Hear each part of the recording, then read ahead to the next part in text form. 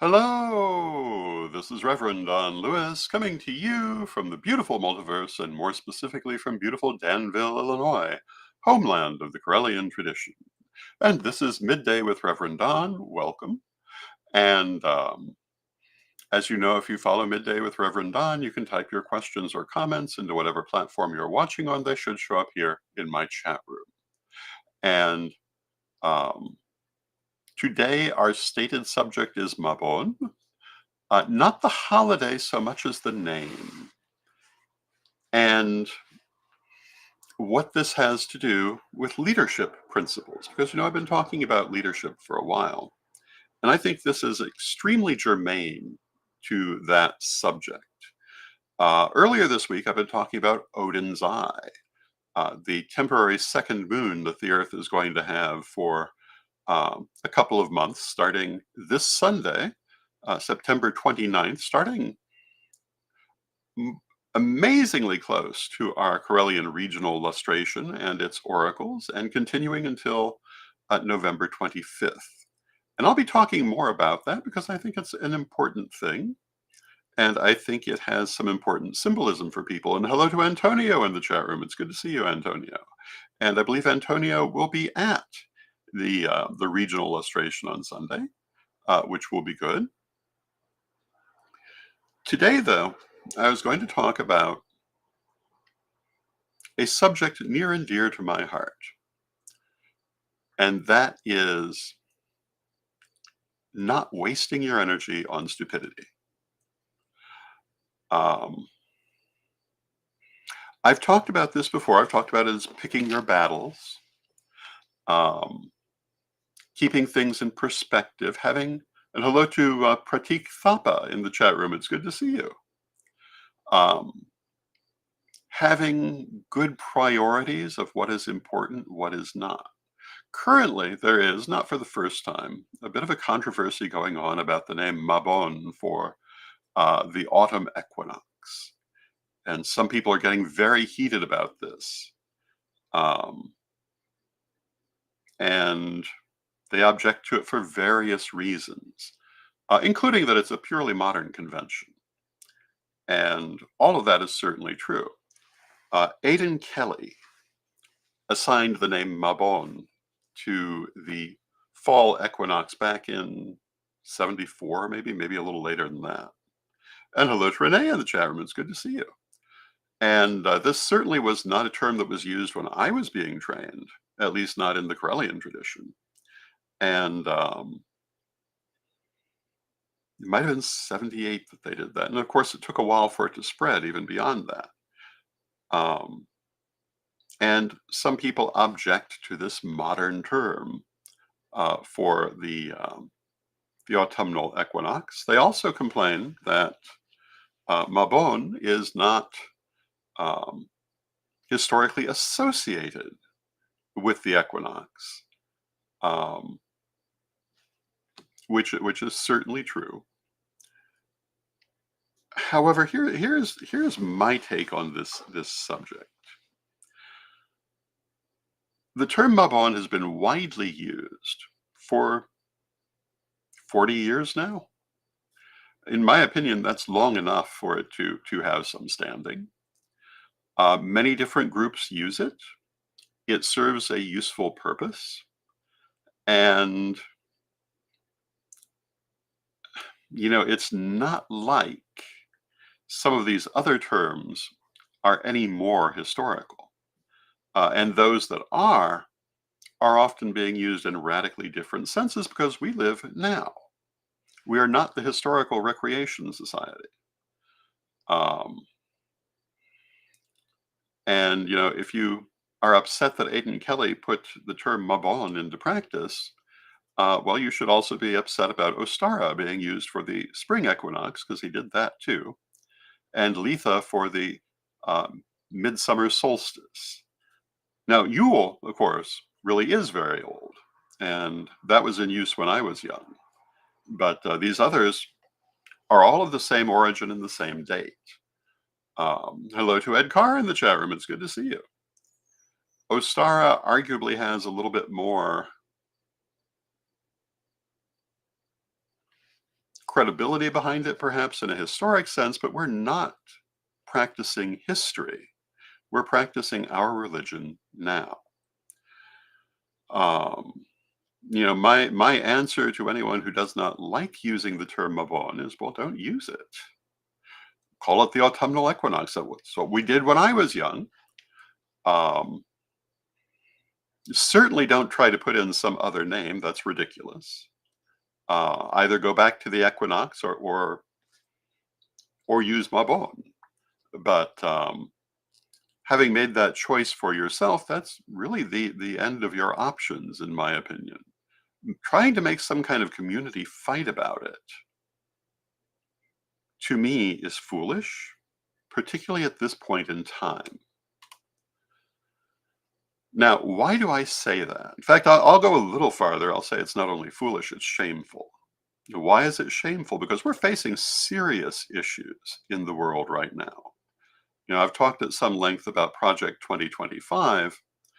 A lot of people mistakenly tie that to the presidential election. It's a much wider issue than that. There are lots of politicians who have some connection to it, whether they publicly admit it or not, and the groups behind it are very powerful and will continue seeking to impose it no matter what happens in the upcoming election. We need to be mindful of that, not arguing about window dressing. And what we call the autumnal equinox is nothing but window dressing. What we do when we gather to observe the autumnal equinox might be more than window dressing.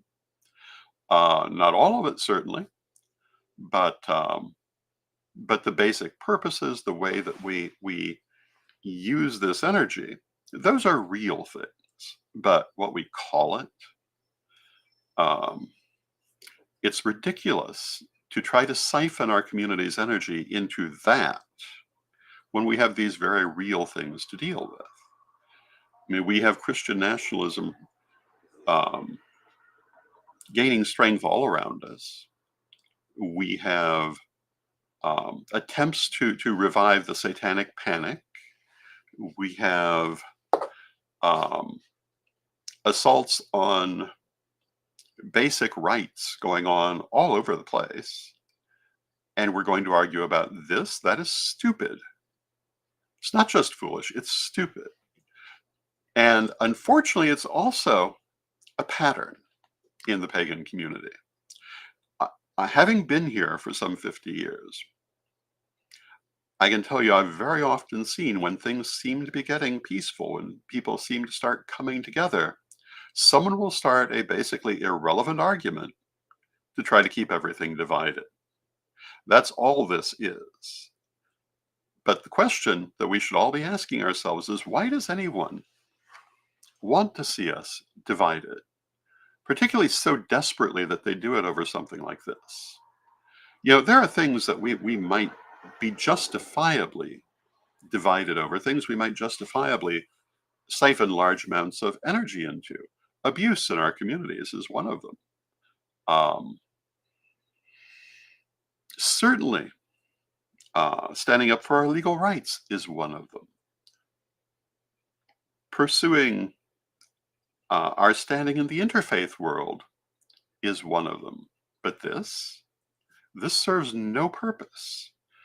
And my experience suggests to me that even if the people who object to the term Mabon were to get everyone to agree to change it to something else, in 20 years they'll just want to change to another term again or something similar, because it seems like it's a constant thing. And what I'm going to say to you is very much at variance from the point of view of the larger part of the pagan community, but it doesn't matter what terms you're calling things. It matters what you're doing. You can call it Mabon, you can call it the autumn equinox, you can call it Bob. But are you doing the right things when you are doing ritual at that time? Are you doing the right meditations? Are you attuning to that energy? Or are you doing the proper things if you need to go in a different direction? Those things are relevant, but it doesn't matter what you call them. It matters what you do. And that, I think, is a vital lesson in the subject of leadership. Because a lot of people who call themselves leaders get upset over labels, terminology, things that make very little difference. And the result of that is constantly siphoning the energy that could be used for useful things. This was the whole background of the witch wars, most of which were over terminology. Um, a few over differences in practice that were perfectly reasonable. Um, some over lineages. Now, Daniel, hello to Daniel in the chat room. He says, I call it paralysis through overanalysis. I would agree with that, but I can't help but thinking, coming from people who are supposedly in leadership positions, coming from people who claim to be very responsible, that it's also, again, a political tactic. Why would a person in a position of any sort of leadership lend 10 seconds to something like this? Well, in my case, I'm lending half an hour to it to point out what's wrong with it. Um, and probably will be done after that, except for occasional mutterings under my breath, or maybe with my outside voice. But I think by and large, this is a deliberate attempt to once again divide and conquer our community. What do I mean by that? And I've written about this extensively in my books. There is a large part of this community that does not want anyone to work together, does not want people to be on good terms with one another, wants everything to be deeply dysfunctional because it means that they are big fish in their small pond. And they never have to worry about being in a bigger pond where they don't think they can compete. It's a matter of making their small powers seem large. And it is an utter waste of everyone's time. The truth of the matter is, if we could get along, we'd be in a much better place. And anyone who thinks that something like this is worth arguing about is a fool. Just flat out is a fool. Because you can always change what you call it. You can change what your group calls it. If you are in the position of heading a tradition, you can change what your tradition calls it to some extent, though people will still do what they choose to do. But what other traditions, what people you're unrelated to call it, is their business. And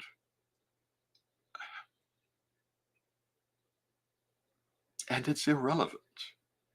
What we need to be focusing on are the things that advance our community, the things that help pull our community together, the things that make us better in our position in the world, not things that knock us back down into ashes.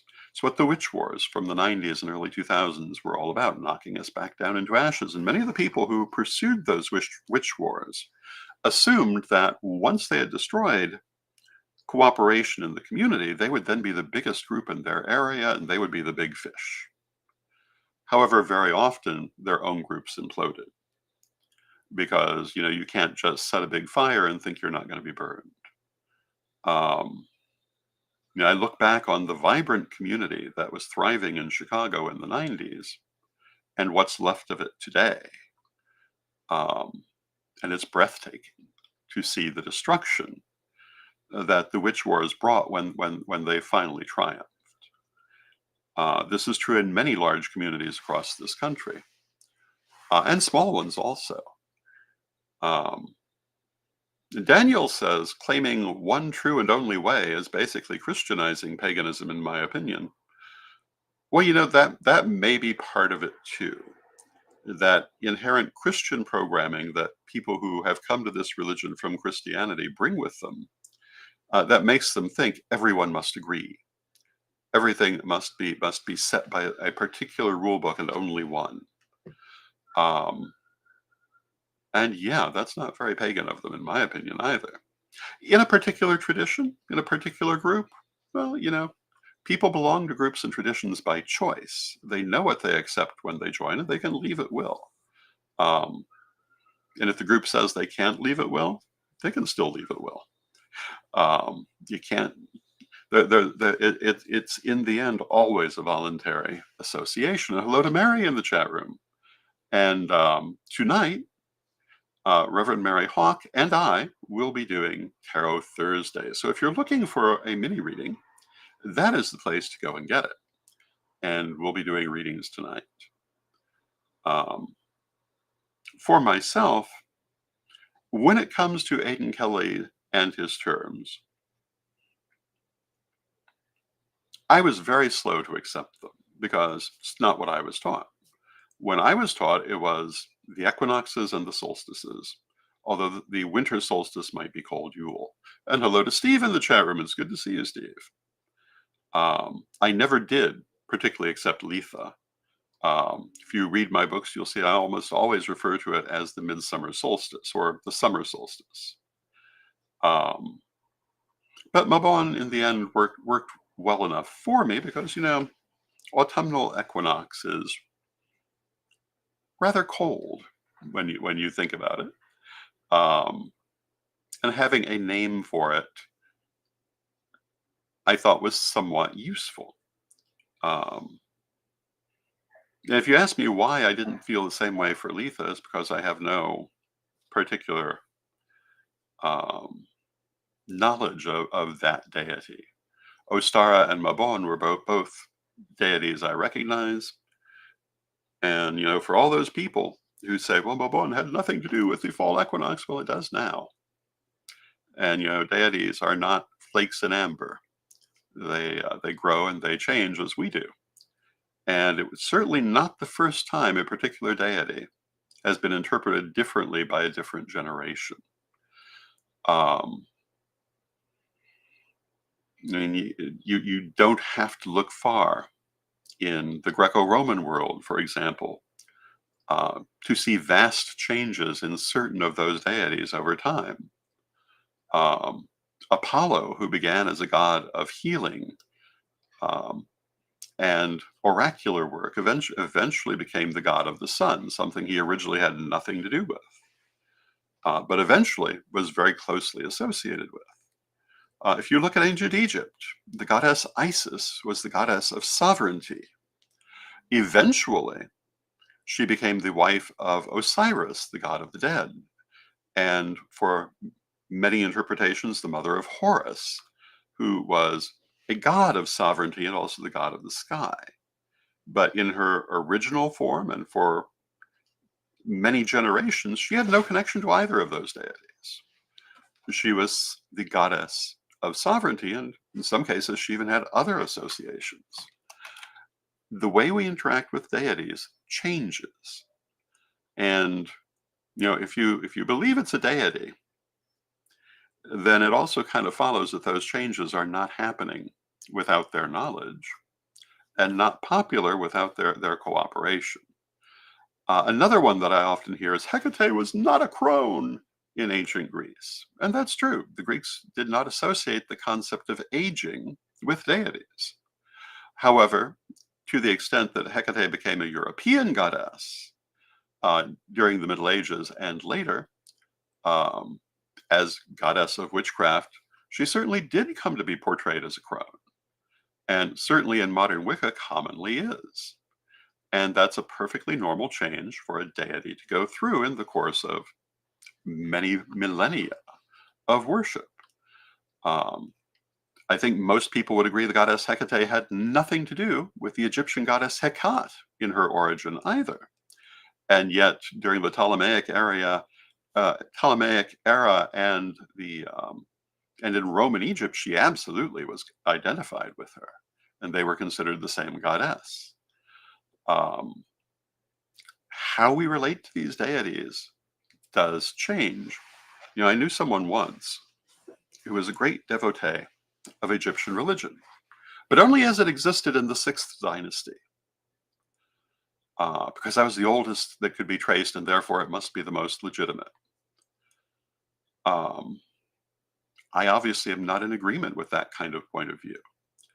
I feel we live, we have experiences, we interact with our deities, and how we perceive them, how they express themselves, naturally changes. We learn more and we do better. The idea of basing all of your beliefs on 6th dynasty Egypt while living in 21st century um, United States seems awfully limiting to me. And I'm not entirely sure how you could draw enough from that to navigate your way through. Even the great Egyptian wisdom literature had mostly not been written at that point. Um, Egyptian religion has a lot to say. Egyptian wisdom literature is, for the most part, actually quite wise. It has good advice for living a good life for the most part. A few things have changed culturally, um, and that's part of what I'm saying. Things changed. Um, I'm a great devotee of Egyptian wisdom literature, and for that matter, Egyptian religion and philosophy, but not only from the Dark Ages, but from the glory of that civilization, which was many centuries later, millennia later, actually. Um, and what most people know about Egyptian religion actually comes from the Greek and Roman periods and wasn't necessarily uh, all that accurate to earlier points of view because, again, they changed. A lot of people, for example, would associate the gods Horus and Set as symbols of good and evil, so to say. But that is certainly not a traditional Egyptian point of view. They were opposing forces, but you couldn't really describe them that way because Set also had many positive characteristics and was regarded as a patron god in some areas and therefore not negative. And hello to Rev Cosmic in the chat room. It's good to see you. And I'm also a great fan of Confucian literature. I think that Confucian philosophy has a lot of good things to teach. It also has a lot of things that are bound to that culture and that era that are not good. Um, some of its ideas about women, some of its ideas about relationships do not apply, in my opinion, to the current world. That doesn't mean everything else gets thrown out. And this way of looking at things is also why I look at things like Mabon as being perfectly reasonable adaptations to the passage of time. And if you're going to be in a position of leadership, you don't have to adopt every adaptation that you see someone else adopt. But if you choose not to, you certainly should not allow your energy to be siphoned off into some kind of witch war over whether other people do or not. And that's my primary message for today. Now, I want to take a moment to have our daily message from our sponsor, Equinox Learning Hub. And here we go.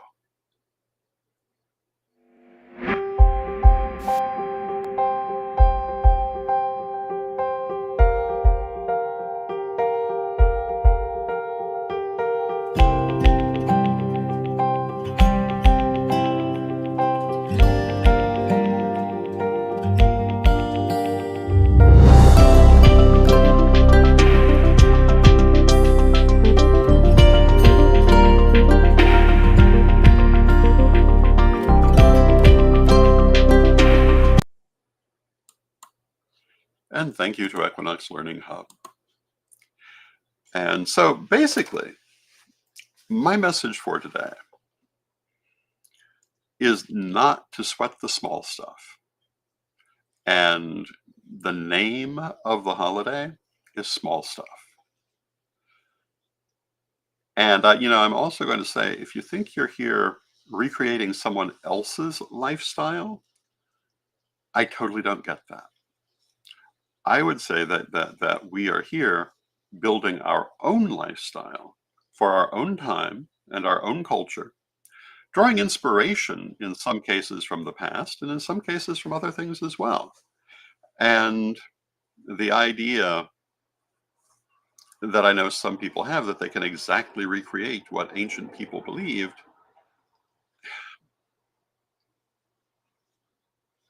well, I really think that's a very Judeo-Christian idea. Um, because so much of that religion is about trying to recreate the society that supposedly wrote the Bible as if it wasn't written over centuries with lots of changes in that society.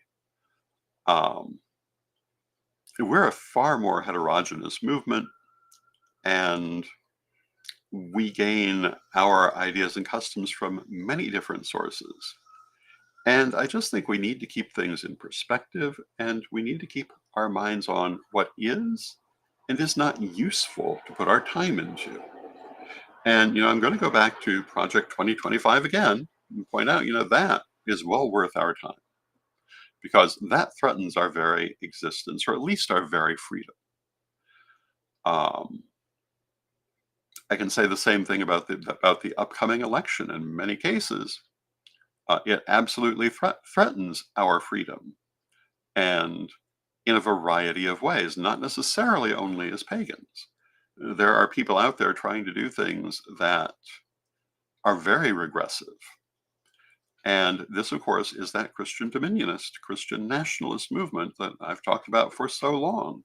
They're being very successful, partly because,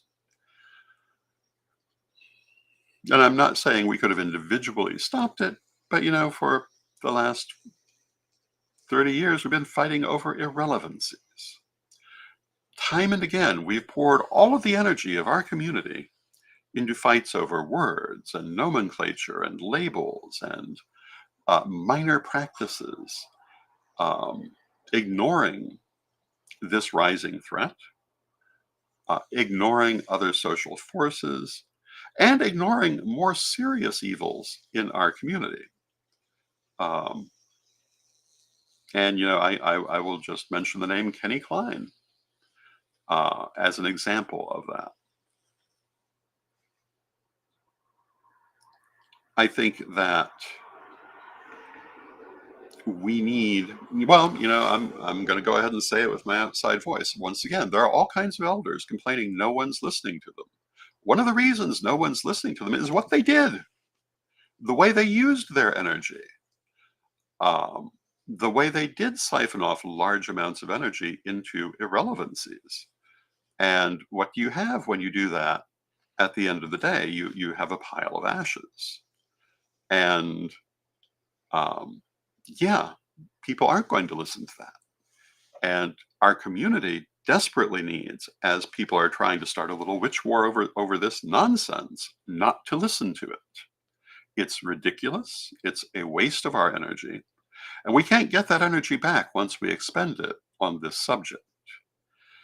Just as we couldn't get back the energy that we put out on all of those ridiculous witch wars, virtually none of which could have had a positive effect under any circumstances, because they were all over things that had very little real world meaning. And granted, I do understand that many people come to this community not for religion, magic, philosophy, but as a kind of escape game. Um, and that's fine. It's perfectly good reason to enter the community.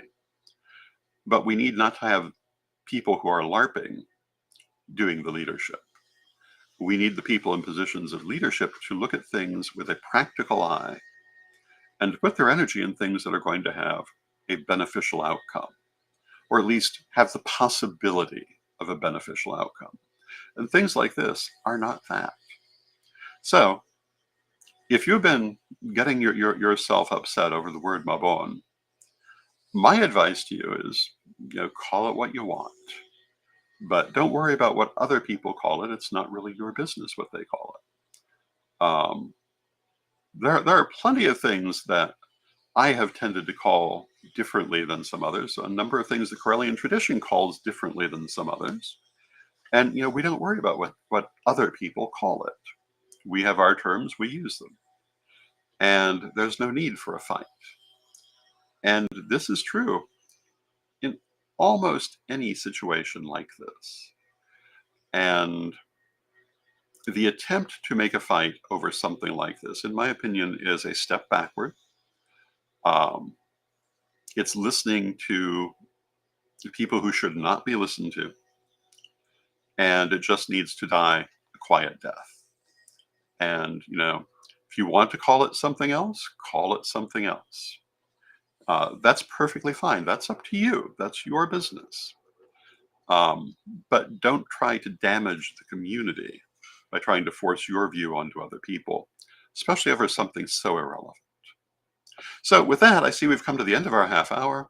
I've had my little rant on the subject of the name Mabon, and